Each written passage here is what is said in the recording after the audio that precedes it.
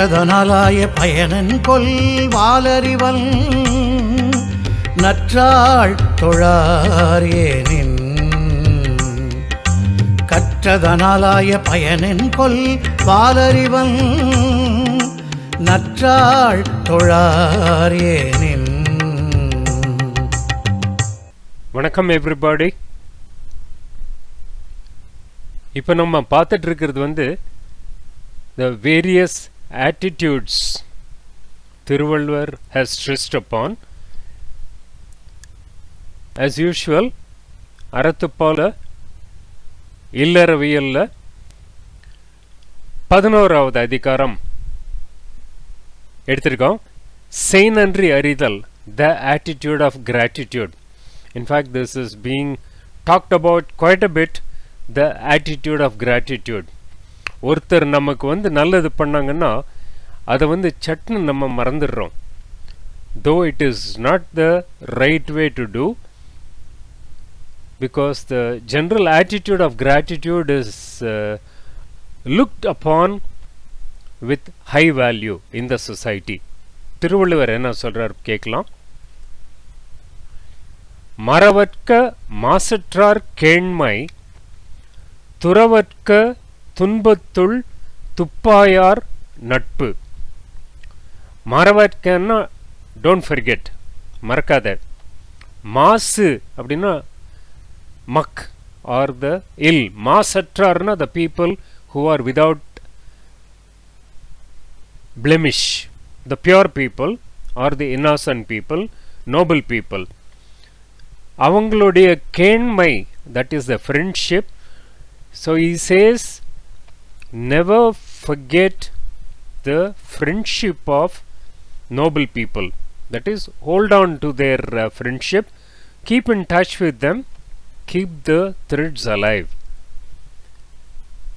அதே போல துறவர்க்க, that means never leave, துன்பத்துள் துப்பாயார் நட்பு. நமக்கு ஒரு துன்பம் வந்தபோது, when we had a problem, when we had a grief, when we had a distress, துப்பாயார் நட்பு, the people who came to help us at the time of distress, they are the ones to be, their friendship is one which is to be always maintained. So Thiruvalluvar says 2 points here. It's important to cultivate the friendship of noble people and never to forget or never to leave the friendship of people who had been of help to us when we were in trouble.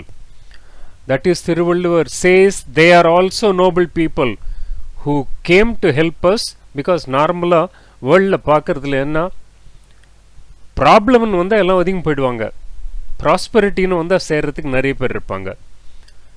So he saying they are also noble people category. புக்கில் என்ன meaning கொடுத்துருக்கு பார்க்கலாம். மாசற்றவர்களின் உறவை மறக்கவும் கூடாது, துன்பத்தில் துணை நின்றவர் நட்பை துறக்கவும் கூடாது. மாசற்றவர்னா people blemishless, the noble people. Forsake not the friendship of those who have been your staff in adversity. Forget not the benevolence of the blameless. So Thiruvalluvar puts both the people in the same category of nobility. The people who are noble by themselves, we should hold on to their friendship, and the people, irrespective of what others think about them, those who have come to help us in our time of trouble, they are also to be treated as noble people. Their friendship also is to be respected. குறள் இன்னொரு தரம் பார்க்கலாம். மறவற்க மாசற்றார் கேண்மை துறவற்க துன்பத்துள் துப்பாயார் நட்பு. அடுத்த குறள் போகலாம். போன குறள்ல Thiruvalluvar had emphasized on importance of attitude of gratitude. The question may arise, what if attitude of gratitude is not cultivated? He answers it. குறள் பார்க்கலாம். என்னன்றி கொன்றார்க்கும் ஓய்வுண்டாம் ஓய்வில்லை செய்நன்றி கொன்ற மகற்கு. குறள் எண் 110 110 அதிகாரம் 11. எங்கூட சேர்ந்து சொல்லுங்க. என்னன்றி கொன்றார்க்கும் ஓய்வுண்டாம் ஓய்வில்லை செய்நன்றி கொன்ற மகற்கு. மகற்குனா for any human being, ஓய்வுனா scope for him to come up in life. என்னன்றி கொன்றார்க்கும் ஓய்வுண்டாம். For a person who had not adhered to many other dharmic values, he may still have a probability of coming up in life. But செய்நன்றி கொன்ற மகற்கு ஓய்வில்லை. அதாவது the person who does not have the attitude of gratitude, he can never come up in life. So Thiruvalluvar emphasizes strongly that attitude of gratitude, it's one of the highest valued attitudes in life. புக்ல கொடுத்திருக்கிற meaning பார்க்கலாம். எந்த அறத்தை மறந்தார்க்கும் வாழ்வு உண்டு, ஆனால் ஒருவர் செய்த உதவியை மறந்தார்க்கு வாழ்வில்லை. He who has killed every virtue may yet escape. There is no escape for him who has killed a benefit. So Thiruvalluvar தெளிவா சொல்றாரு, இன்னொருத்தர் நமக்கு பண்ண உதவிய மறக்கக்கூடாது. In fact we have seen in life, சின்ன சின்ன ஹெல்ப் ஒருத்தர் பண்ணதை ஞாபகம் வச்சுட்டு if we show the gratitude, he becomes more fond of us. That's the power of the attitude of gratitude. குறளை இன்னொரு தரம் பார்க்கலாம். என்னன்றி கொன்றார்க்கும் ஓய்வுண்டாம் ஓய்வில்லை செய்நன்றி கொன்ற மகற்கு. So let's remember, attitude of gratitude, it's one of the very highly valued attitudes to have in life. Thiruvalluvar எடுத்துட்டு இருக்கிற அடுத்த topic நடுவு நிலைமை, that is impartiality, unbiased views in life. அதிகாரம் 12 முதல்ல குறளை பார்க்கலாம். சமன் செய்து சீர்தூக்கும் கோல் போல் அமைந்தொரு பால் கோடாமை சான்றோர்க்கு அணி. குறள் எண் 118 118 அதிகாரம் 12. எங்கூட சேர்ந்து சொல்லுங்க. சமன் செய்து சீர்தூக்கும் கோல் போல் அமைந்து ஒரு பால் கோடாமை சான்றோர்க்கு அணி. சான்றோர்னா the learned person, the person with discretion. அவனுக்கு என்ன அணி? அணின்னா வந்து what is his decoration or fame, what is appropriate for him. சமன் செய்து சீர்தூக்கும் கோல் போல், இந்த தராசு இருக்கியா பேலன்ஸ், அது வந்து இந்த சீர்தூக்கும் கோலுங்கிறது வந்து balance, the weighing balance. It always reflects truly the thing which is heavier, the thing which is lighter, it shows without a bias. Saman செய்து, it's always a balance. So Thiruvalluvar says we should be balanced in our approach. அது போல அமைந்து, we should be like that. ஒரு பால் கோடாமை, we should never take one side through bias. இப்போ நம்ம உலகத்துல பார்த்துட்டு இருக்கிறோம், the biased opinions, the biased influences, இதெல்லாம் காமனா இருக்கு. But then this is not the right way. Thiruvalluvar says one should be like the balance, which always balances. Our approach should be, if it is right, it is right. If it is wrong, it is wrong. If a person has done right, he is a right person. Person who has done wrong is a wrong person, irrespective of whether they are known to us or unknown to us. So Thiruvalluvar emphasizes impartiality as a virtue to have. Let's see the meaning given in the book. ஒரு பக்கம் சாய்ந்து விடாமல் நாணயமான தராசு முள் போல் இருந்து நியாயம் கூறுவதுதான் உண்மையான நடுவுநிலைமை என்பதற்கு அழகாகும். To incline to neither side but to rest impartial as the even fixed scale is the ornament of the wise.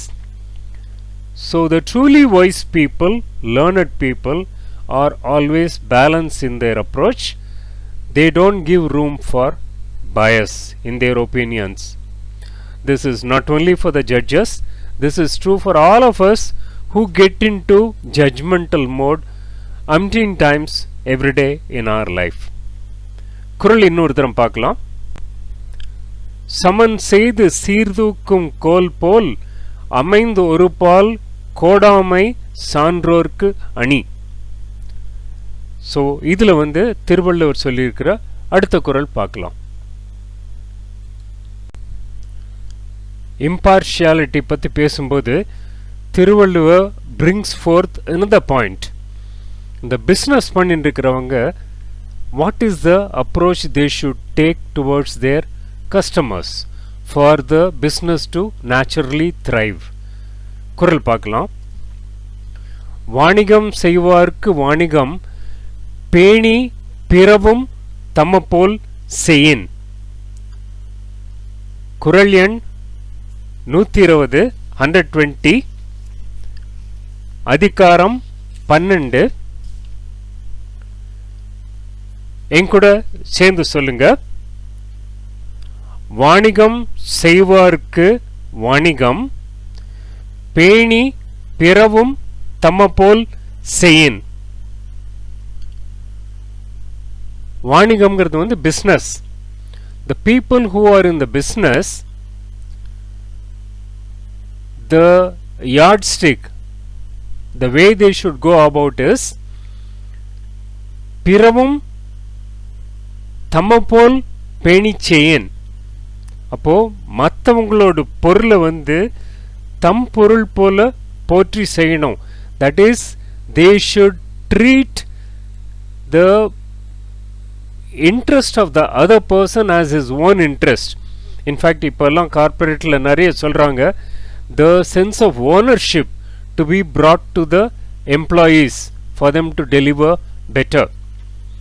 Similar thing, a person doing the business, he should take care of the interest of the customers, in which case his business without effort it will go. That means Thiruvalluvar is talking about honesty and balance even in the outlook of the person, businessman. For him, profit alone is not the motive. Thiruvalluvar says profit will come naturally flowing in. புக்கில் கொடுத்திருக்கிற meaning பார்க்கலாம். பிறர் பொருளாக இருப்பினும் அதனை தன் பொருளைப் போல கருதி நேர்மையுடன் வாணிகம் செய்தலே வணிக நெறி எனப்படும். வணிக நெறினா the philosophy for business. The true merchandise of merchants is to guard and do by the things of others as they do by their own. So Thiruvalluvar drills home the point: honesty in the dealings, impartiality in their outlook. It's very essential, because in the world where we see such moral values have been going down, it's essential that these are brought into the minds of the young people from the young age, so that the society at large grows. குறள் இன்னொரு தரம் பார்க்கலாம். வாணிகம் செய்வார்க்கு வாணிகம் பேணி பிறவும் தம்மப்போல் செய்யன். தம்மப்போல்னா தங்களுதை போல, like us, like his own. பேணிங்கிறது treating it, right?